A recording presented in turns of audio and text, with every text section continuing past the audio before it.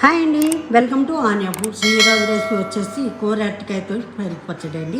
దీనికోసం 2 అరటికాయలు తీసుకొని పీల్ చేసుకొని చక్కగా ఉడకబెట్టుకొని పక్కన పెట్టుకున్న తర్వాత స్టవ్ పైన ఒక కడాయి తీసుకొని 2 టేబుల్ స్పూన్లు ఆయిల్ వేసుకొని 1 టేబుల్ స్పూన్ పచ్చిశనగపప్పు, అలాగే 1 టేబుల్ స్పూన్ మినపప్పు, ఒక 5-6 ఎండుమిర్చి ఈ విధంగా వేసుకొని ఫ్రై చేసుకొని ఇలా రోట్లోకి వేసుకొని దంచుకోవాలండి. దంచుకున్న తర్వాత మనం ఈ అరటికాయ ముక్కలు కూడా వేసుకొని ఇలా దంచుకుంటూ కొంచెం చింతపండు యాడ్ చేసుకొని తగినంత ఉప్పు కూడా యాడ్ చేసుకోవాలండి. 4-5 వెల్లుల్లి రెబ్బలు, అలాగే కొంచెం అల్లం తరుము వేసుకోవాలి. ఇలా వేసుకుంటే మనకి పెరుగు వేస్తున్నాం కనుక బాగుంటుంది. తర్వాత పెరుగు యాడ్ చేసుకోవాలి.